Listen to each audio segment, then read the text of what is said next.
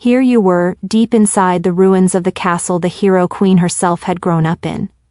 It had been nearly 3,000 years since her era, and the castle had been long abandoned after it received severe damage from several wars after she passed.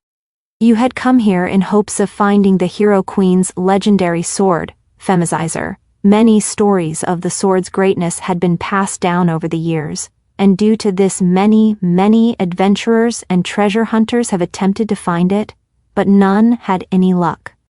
The sword was said to be made from a dragon's fang and forged using a combination of the goddess's holy fire and the flames of a Menake.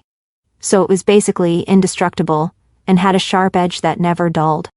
It was exactly what you needed to defeat the forces of darkness that were invading the realm. Now, how on earth would you be able to find something that people have been searching for over 3,000 years? Well, you were actually the descendant of said hero queen and the current prince of the new kingdom. When your kingdom was invaded by the forces of darkness, your father rallied his army, along with your older brothers, and fought back. You had wanted to fight alongside them and defend your people honorably, but your father insisted you head to the abandoned castle and look for the sword. He handed you some scrolls that revealed hidden passages and a pendant with the family crest on it. You were then forced upon a horse and sent on your way before you could protest. Now you were walking around in the dark, only able to see by torchlight, hoping to find the entrance to a place that could have been destroyed centuries ago. You stumbled around in the dark, following the blueprints, looking at debris trying to compare it to the blueprints, and eventually found the entrance covered by large rocks. It was the last thing you wanted to do, but you got up on the rocks and moved them one by one until they were out of the way. Once they were out of the way, you noticed a small hole in the wall. It was the exact shape and size as the pendant your father gave you. It was obvious it was the key, so you placed it into the hole and watched as the wall started to open up. It was very old, so it only opened halfway before stopping, so you had to squeeze through, which is tough when you're in full armor, but you managed to do it. You walk down several flights of stairs until you reach a small room. The center of the room was lit by some strange blue light, but that didn't matter. What mattered was what it was lighting up. It was a silver longsword.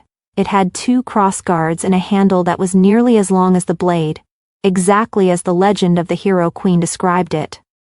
Now it sat, looking almost brand new, inside a stone right in front of you. You walked over to it and placed your hand on it to attempt to pull it out, but it didn't budge at all, so you tried again, this time even harder, but again no luck. Then you heard a voice. It sounded like a woman, and she wanted to know why you wanted the sword. You looked around hoping to find the source, but there was nothing around you. It was clearly some spirit or protector of the sword. You explained the situation in the kingdom and how you were sent to reclaim the sword. The voice seemed hesitant but told you as you were now, you were unable to use the power of the hero queen's sword. But if you were willing, it could transform your body to make it capable of using it.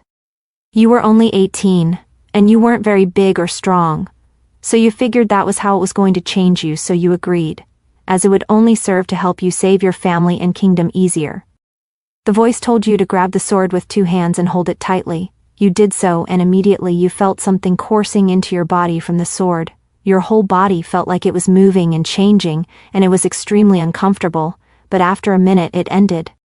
The voice then told you to remove the sword from the stone. When you pulled on it, it easily came out of the stone.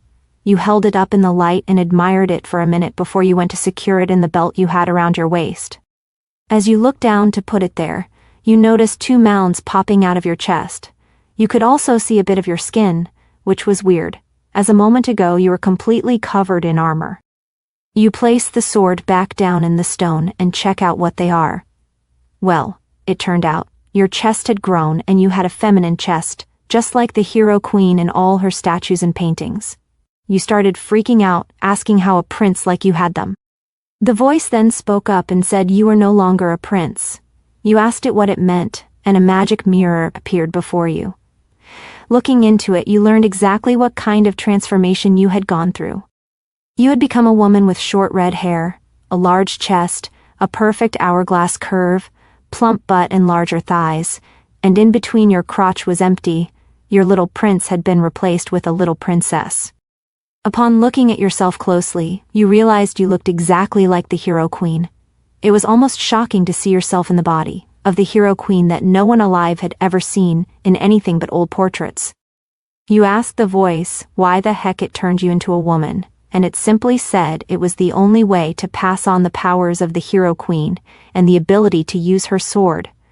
It offered to transform you back, but if it did, you had to leave the sword behind. It also mentioned that if you left with it, the change would be permanent and you'd remain in this body for the rest of your life. You looked in the mirror and down at the chest you now bore. You really didn't want to spend the rest of your life as a woman. Your brothers definitely wouldn't let you live it down. You looked at the sword, but if you don't accept this body and its power, they, along with your father and everyone in your kingdom, will likely die. So you put your pride away and told the voice that you accepted this and planned to wield the Hero Queen's sword. The voice then praised you for your sacrifice and wished you luck in your quest. Then it went silent.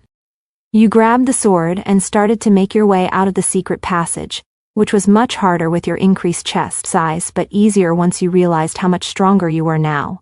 You were now capable of breaking stone walls to pieces with a simple punch. Once you were outside, you also learned you were much faster and had more stamina. It was actually quite amazing how much better this body was compared to your old one.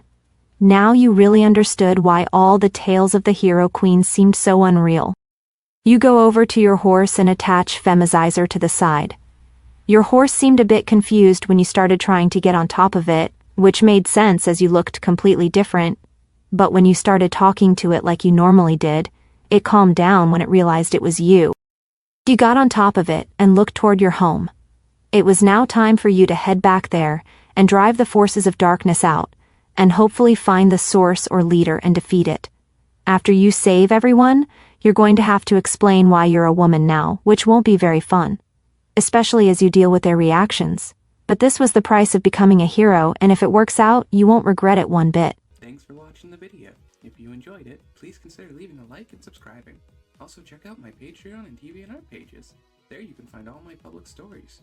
You can also support my work by getting early access to all stories, exclusive content, and even commission me to make you a custom story.